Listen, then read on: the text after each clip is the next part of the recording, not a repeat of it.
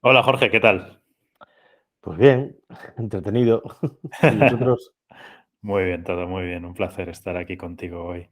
Yo me hago una pregunta. ¿Es el tren el transporte del futuro, el medio de transporte del futuro, al menos a nivel país intercontinental?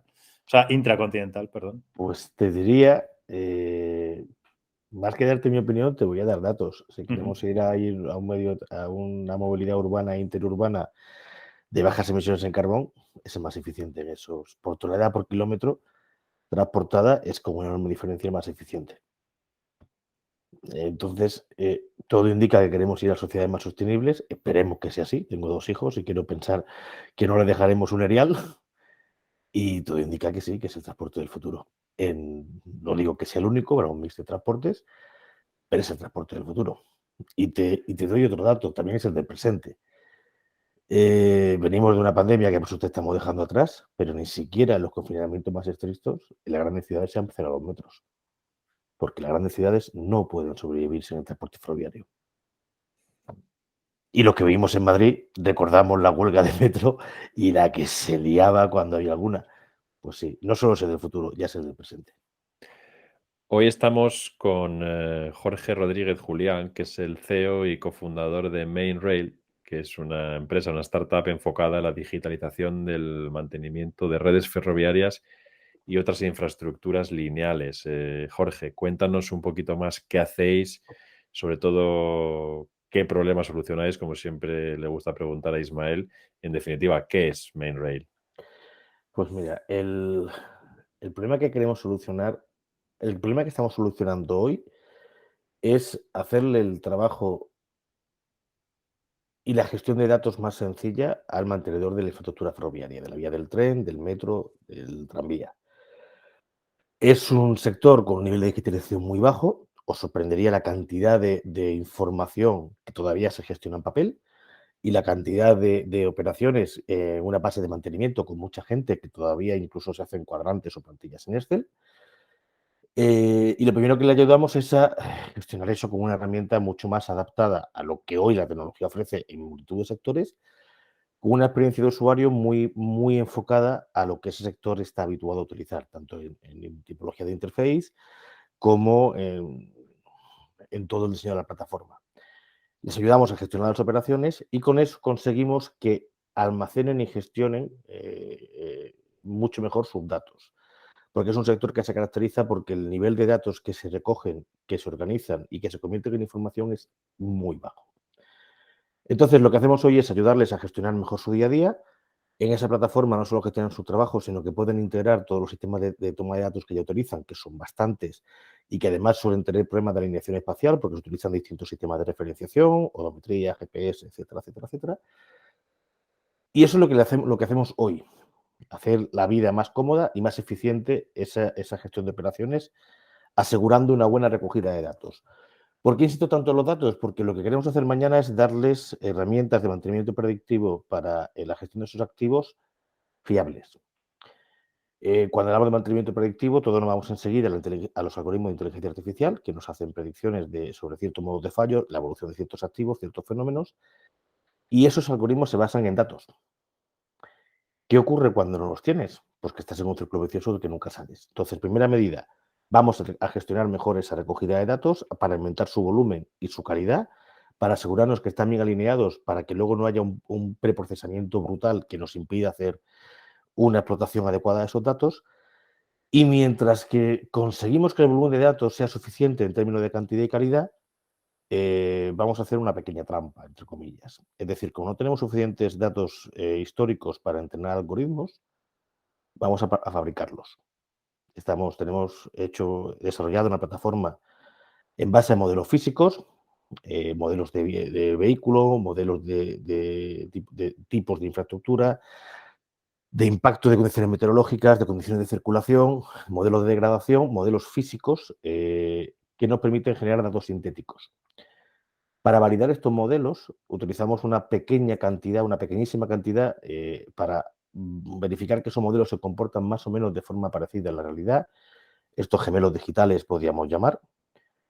Entonces lo que hacemos es, con esa pequeña cantidad de datos que ya estamos recogiendo o que se pueden conseguir en un plazo razonable, validamos que esos modelos para ese caso se comportan bien y empezamos a lanzar ciclos de simulación. Ciclos de simulación en los que producimos una enorme cantidad de datos sintéticos. Y con ese mix de datos sintéticos y de datos históricos estamos entrenando algoritmos de inteligencia artificial que no serán Skynet, hay que ser muy realista, no pretendemos que en un año tengamos el oráculo de Delfos, pero sí será una primera generación con un nivel de accuracy, un nivel de precisión bueno y fiable. Y a eso es a lo que nos dedicamos, a solventar un problema que nuestro cliente tiene hoy, que es una gestión de operaciones muy rudimentaria y una gestión de datos muy anacrónica, y que eso sea la base para el día de mañana no solamente poder digitalizar el mantenimiento que se hace hoy, sino cambiar esa forma de mantener esas infraestructuras hacia modelos predictivos y prescriptivos, que es cuando a esa predicción de lo que va a ocurrir se le añade el conocimiento para recomendar la mejor acción en el mejor momento en términos de coste-beneficio. Jorge, hablamos mucho de IoT, de inteligencia artificial y de datos, por ejemplo, en el coche autónomo, pero lo cierto es que también en otros sectores como la aeronáutica han sido pioneros aquí, pero en los trenes, ¿para qué se usan los datos? Entiendo que esta pregunta te Mira, puede parecer absurda, pero no, no, si no, mi no, madre nos escucha, ¿cómo le es muy dirías? Oye, razonable, es ¿datos? muy razonable. Mira, pero para empezar hay dos mundos en el ferrocarril. Tú me hablabas de aeronáutica, yo te diría que en el tren, en el material rodante, hay mucho dato ya. ¿Por qué? Porque el fabricante de ese material rodante, que muchas veces se encarga del mantenimiento, ha sensorizado ese equipo hasta las trancas. ¿Vale? Uno de nuestros clientes, que es una división de CAF que hace mantenimiento de catenaria, pues me consta que dentro de CAF y dentro de Talgo, dentro de Alstom y todos los fabricantes de trenes, tienen ya plataformas de analítica y de mantenimiento predictivo porque llevan años recogiendo datos con los sensores que marcan en los trenes. El problema es que en la vía, en la infraestructura, no los hay. Esos datos no se han generado y los que se han generado no se han almacenado bien. Porque no se era consciente del valor de ese dato y porque además una vía o un carril o una catenaria es un activo con una vida útil de 20-30 años. Pues claro, es que aunque tenga datos de 5, es que tienes un dataset muy corto. ¿Para qué se puede utilizar esto? Pues mira, primero, los carriles, por el propio contacto entre la rueda y el carril, se van desgastando.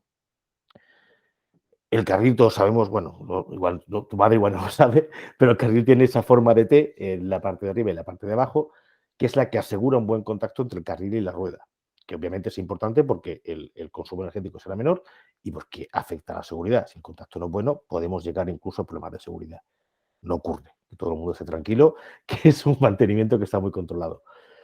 Pero, por ejemplo, cuando el desgaste del carril va avanzando y el carril va perdiendo la forma, hay una operación que se llama, perdón, que me sale en inglés, amolado, que básicamente es ir quitando trozos de otras partes del carril para volver a devolverle una forma adecuada.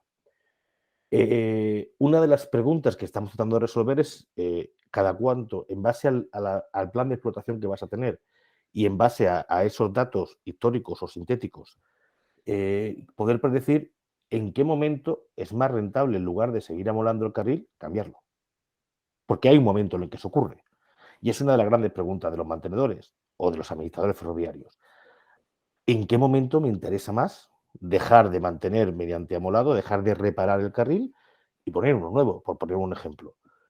Otra pregunta, otro ejemplo muy práctico. Cuando todos hemos viajado en alta velocidad y de vez en cuando el tren te hace así. ¿Vale? Eso es por muchos motivos, pero principalmente es por un parámetro que se llama el índice de calidad de vía, que es un índice que se compone de la posición del carril, del peralte, de la alineación vertical, de ciertos componentes, porque al final, conforme el tren va pasando, pues el tren va metiendo una energía cinética, una carga sobre la vía.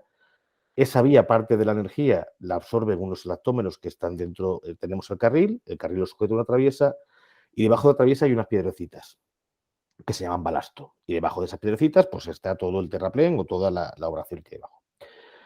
Esa energía, parte se absorbe por unos elastómeros que están en la traviesa y otra parte se disipa con las piedrecitas que hay debajo.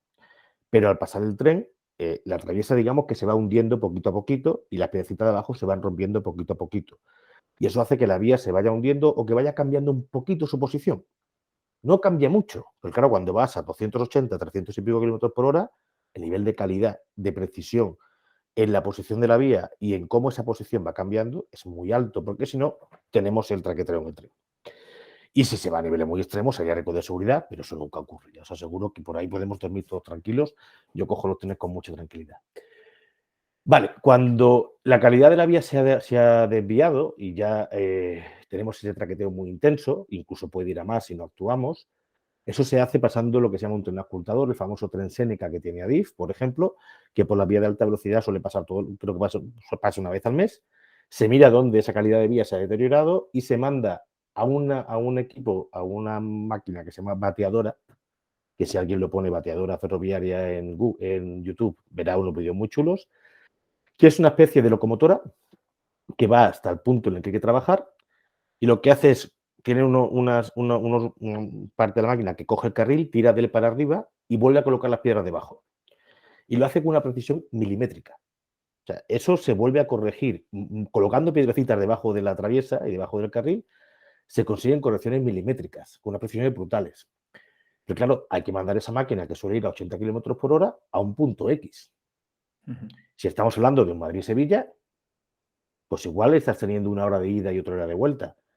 Si mediante algoritmos predictivos tú puedes ver que hoy tienes que hacer una actuación en el kilómetro 80, 90, 110, pero dentro de 6 meses vas a tener que volver a ir, o dentro de 3 vas a tener que ir a 10 kilómetros más adelante, pues puedes hacer las 2 actuaciones de golpe, aunque el índice de calidad de vía todavía ahí no se haya ido.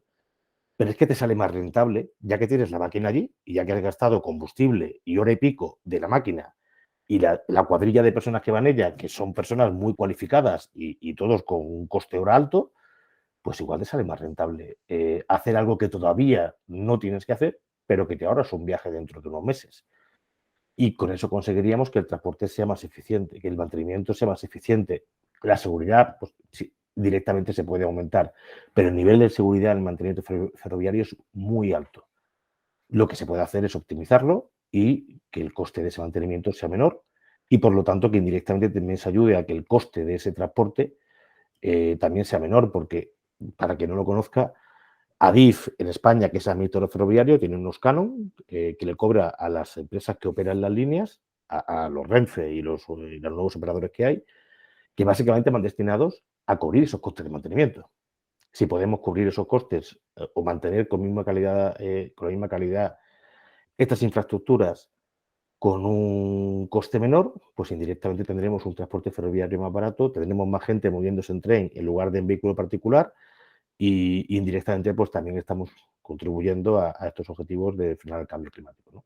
Porque cualquier indicador o cualquier análisis en materia de impacto en gases de efecto invernadero, pues el ferrocarril se come al tren, se come al autobús, se come al avión de una forma brutal.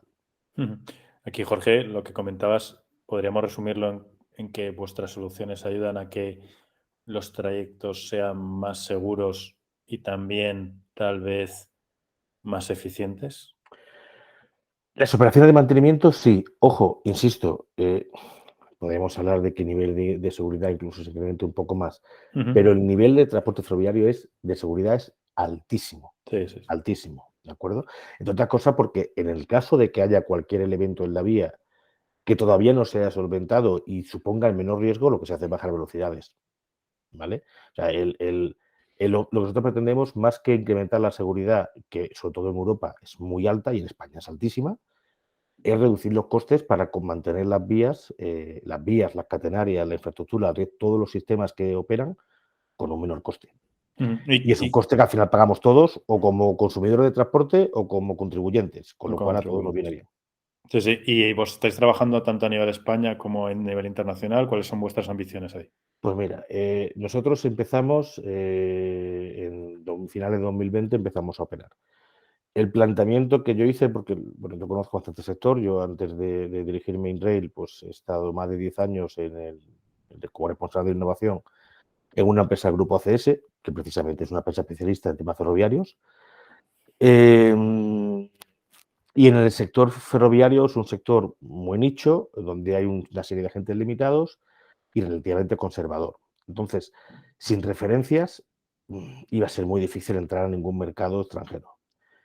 ¿En qué nos hemos centrado inicialmente? En conseguir referencias en el mercado en el que no iba a ser más fácil, o bueno, iba a ser más fácil no, porque ha costado, hemos trabajado mucho para tenerlas, pero nos hemos centrado inicialmente en el mercado nacional para tener esas referencias. Desde ya finales del año pasado, en el que ya teníamos, pues en noviembre teníamos 500 kilómetros dentro de la plataforma y desde febrero ya son 3.200 porque hemos firmado un nuevo contrato de 2.700 kilómetros.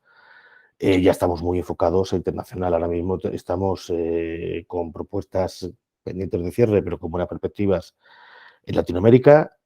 Hay un par de ellas en Europa y la semana que viene a visitarnos una empresa de un grupo muy potente de Asia que viene a ver con nosotros la plataforma funcionando en algunos clientes porque tienen interés en plantearse su uso en Asia y en Egipto. Con lo cual, la vocación de la empresa es salir fuera. Lo que ocurre que para salir fuera necesitamos referencias que nos hemos centrado en obtenerlas en el mercado nacional. Muy, muy interesante esto que comentas. A mí me gustaría entender si hay diferencias entre las necesidades de lo que son los trenes, las máquinas ferroviarias de pasajeros y las de mercancías, a nivel de los servicios que ofrecéis. Bueno, al final nosotros con la maquinaria no trabajamos. O sea, nosotros con el tren no trabajamos. ¿Por qué? Pues porque, como te decía, el nivel de digitalización en el material rodante de los trenes es ya es elevado. Donde entendíamos que había un gap que a cubrir era en la gestión de la infraestructura. En cuanto a en la parte de la infraestructura, la tecnología, sobre todo si nos olvidamos de alta velocidad, que nadie va a montar una vía de alta velocidad para mover mercancías, porque es carísimo. La tecnología base es parecida.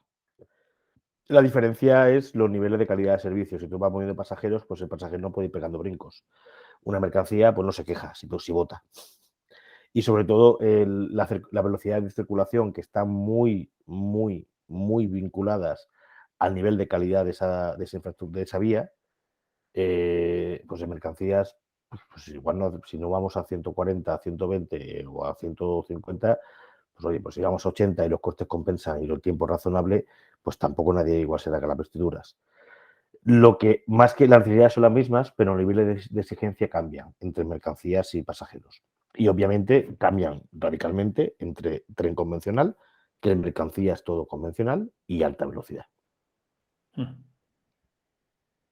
Ahora, Jorge, que está tan en boga la movilidad, el futuro de la movilidad, cómo nos vamos a mover, ya lo decías al principio, entre las ciudades o incluso dentro de la ciudad, es paradójico, ¿no?, que el tren esté tomando o tenga que tomar este protagonismo cuando probablemente es de todos los medios de transporte que utilizamos a diario el más antiguo, ¿no? Porque cuando no En cuanto a había... existencia, bueno, el más antiguo será igual en la bicicleta. Fíjate, yo creo que no, ¿eh?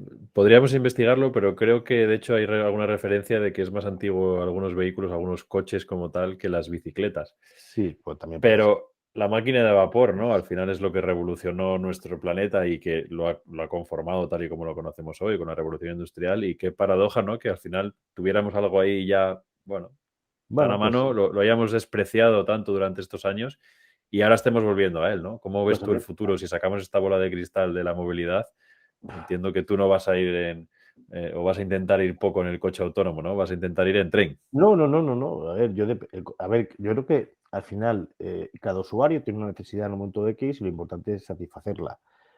Si yo necesito, pues yo utilizo Uber, utilizo un taxi, utilizo Cabify, utilizo mi coche particular, aunque es verdad que yo soy de los que se mueve en moto, sobre todo en Madrid, yo me muevo en moto, una moto de ruedas por tener un plus más de seguridad, no sé si es real o ficticio, pero también utilizo muchísimo el metro. Y cuando voy a viajar por trabajo, si hay AVE, voy en AVE. O sea, es que ni me lo planteo. Y en ocasiones, incluso cuando no hay AVE, pues antes, si puedo coger un tren en vez de un avión, lo cojo. ¿Por qué? Porque puedo ir trabajando. Puedo ir mucho más cómodo, llego 5 minutos, no pierdo una hora en el aeropuerto, etcétera, etcétera, etcétera. Pues, decías tú, ¿es de los más antiguos? Sí, como concepto sí. Como tecnología, nada que ver. De la máquina del vapor al Pato de Talgo o a cualquier otro tren actual de cualquier fabricante, en tecnología hay unos cuantos abismos. Y en la vía también hay muchísimos abismos. Y ya estamos hablando, o se está hablando de una nueva tecnología que llamamos transporte ferroviario, porque nos recuerda a él, pero que es el famoso Hyperloop, que ya veremos cuándo llegará. A que llegará, en dónde tendrá sentido y dónde no, pero está ahí. Y también tenemos los maglev, que son trenes de levitación magnética. Yo en Shanghai tuve el placer de subirme en uno y iba como un niño con zapatos nuevos cuando veía los 450 kilómetros en control de velocidad. Bueno, pues yo quiero pensar que si lleva tantos siglos solucionando problemas de movilidad, pues igual es que los clásicos pues tienen algo para ser clásicos. Y que desde luego creo que sí va a seguir formando parte de nuestro conjunto de soluciones.